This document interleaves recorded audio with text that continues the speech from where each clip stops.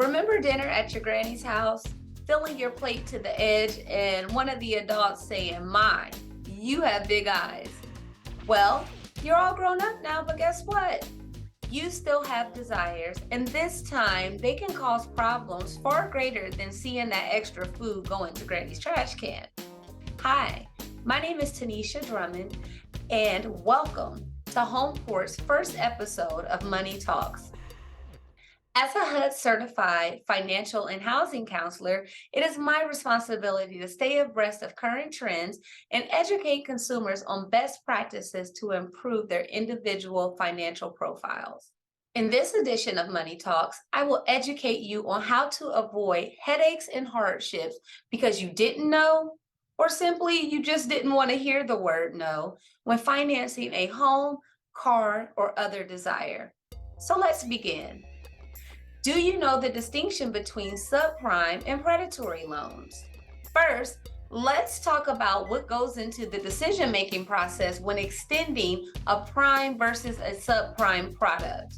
When a lender considers your loan application, there are a multitude of factors, including but not limited to your credit score, credit history, and debt-to-income ratio to determine how creditworthy you are and if you are a risk as a borrower. Because the risk to lend to this population is greater, the loans are subject to higher interest rates, larger down payments, smaller loan amounts, higher fees, longer repayment periods, and adjustable interest rates. Although there are some things that may be perceived as unideal where subprime lending is concerned, it is important to know that subprime products do produce a legitimate service with the intentions of making an honest profit. And while there is no absolute definition as to what constitutes predatory lending, I am going to identify some key things to look out for, in addition to some products you may be very familiar with that fall into that category. According to NerdWallet, predatory lending occurs when a lender uses unfair and deceptive tactics to lead a borrower into taking a loan that carries terms that benefit the lender at the expense of the borrower.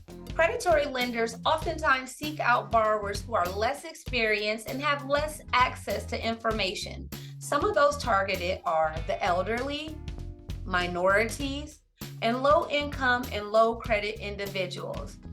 It is important to know, though, that anyone can fall victim to a predatory loan, no matter how good your financial profile is. So what should you look out for? If a loan sounds too good to be true, more than likely it is. Oftentimes, you'll have a lender that does not disclose the APR or annual percentage rate of a loan, and that should raise a red flag. So that APR is going to be the yearly amount that you're paying in interest, usually for a balance that's carried over, and you'll hear that verbiage when it comes to credit cards more often than not. While interest rates can be amazingly high with subprime products, they can be justified by the risk the lender is taking on an individual.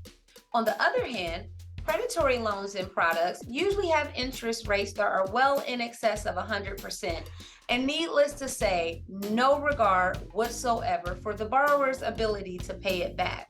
In the second part of my two-part series on predatory lending, I will discuss the red flags to watch out for and products to be avoided. In conclusion, no one likes to be told no, especially when it comes to something that we genuinely want. Sometimes it pays more in the long run, literally and figuratively, to just be patient and do the hard work that it takes to get the prime rates that we all aspire to have.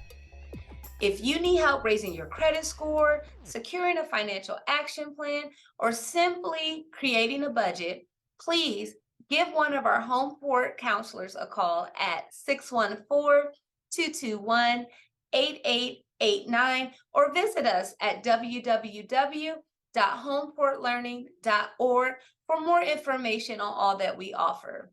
You could have been anywhere, but you chose to be here with me. And with that, I would like to say thank you for joining me for today's edition of Money Talks, and I will see you later.